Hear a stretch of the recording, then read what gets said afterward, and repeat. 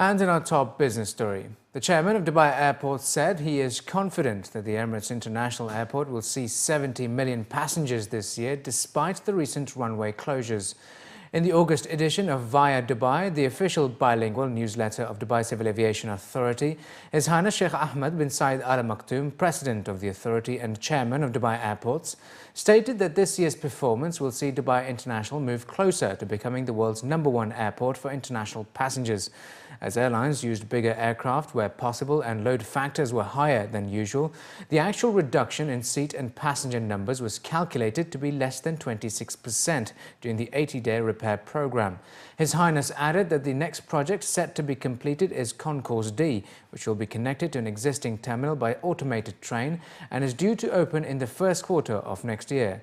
The fourth concourse is part of the $7.8 billion expansion program designed to boost the airport's capacity to over 100 million passengers annually by 2020. The development of Al Maktoum International Airport with an eventual capacity of 160 million passengers is also progressing in phase, according to Sheikh Ahmed, who state that Dubai is on the mark in terms of giving a boost to the aviation industry, which is anticipated to contribute 32% to Dubai's GDP by 2020. Small and medium enterprises, or SMEs, account for 95% of the total enterprise population in Dubai and employs approximately 42% of Dubai's workforce, according to the latest report released by the Dubai Economic Council. The council added that despite the impact and importance in the economy, SMEs are frequently confronted with market imperfections and face difficulties in obtaining capital and credit, especially whilst the business is in its infancy. The report revealed that the most effective way in which SMEs may achieve greater access to credit rests in the development of legislation and regulations governing secured transactions. The report recommended changes to the current legislative and regulatory framework surrounding the creation of security interests with an intention to encourage banks to further lend to SMEs and in turn improve their access to finance. The report also went on to reveal that many SMEs may initially rely on internal sources of funding, such as the owner's personal savings. But once the call for expansion arises, external sources are usually tapped in order to foster growth and for the company to fulfill its potential. Of all the challenges faced by the SMEs, access to finance is considered by the report as a key obstacle. Dubai Investments' net profit for the first 6 months of the year have more than doubled on the back of gains from the divestment of one of its assets. According to a statement from the conglomerate in which Sovereign Fund Investment Corp of Dubai owns an 11.5% stake, Dubai Investments posted a net profit of 805 million dirhams in the 6 months to June 30, compared with 370 million dirhams in the same period of 2013. The company did not provide quarterly figures, but according to a report quoting figures from Reuters, it has calculated a net profit of 540 million dirhams in the second quarter based on financial statements. This would be more than 3 times the 158.5 million dirhams it made last year.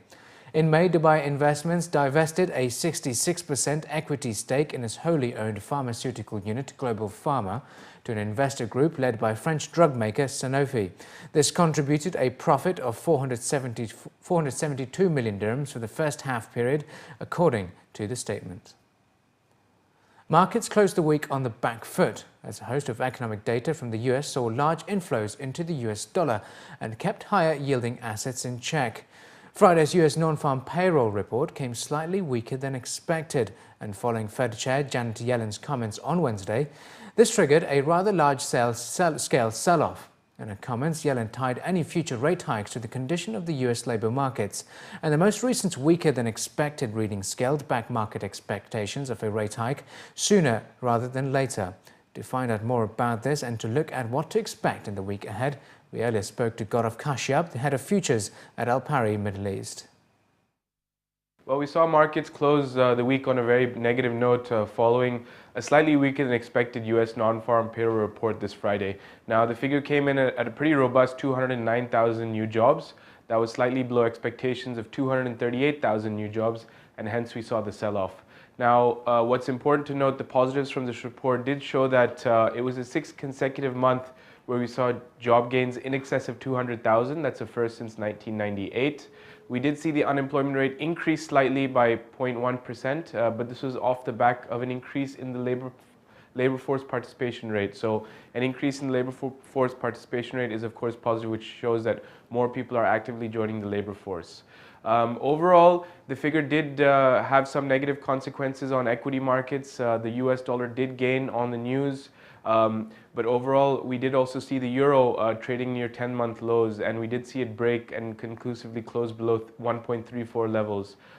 Remember, we do see a key support level which was broken, which was a 50-month moving average. Now we do see the door open for about 1.32 levels for the euro. Up ahead in the week ahead, we do have the European Central Bank rate decision. Once again, we're not expecting Mario Draghi to spring any surprises. We're probably going to see rates unchanged. The ECB is continuously fighting with inflation. Inflation did come in slightly lower than expected at 0.4% next month, but once again, we don't expect to see any surprises by the European Central Bank when they convene on Thursday. Also due up on Wednesday is the industrial production from the UK and the manufacturing production figure from the UK as well. These are expected to be largely in line with expectations, but overall, we're expecting the US dollar to remain on the front foot. We expect more downsides in the euro, more downsides in the British pound, and we're expecting gold to consolidate in that channel between 1240 and 1280 in the week ahead.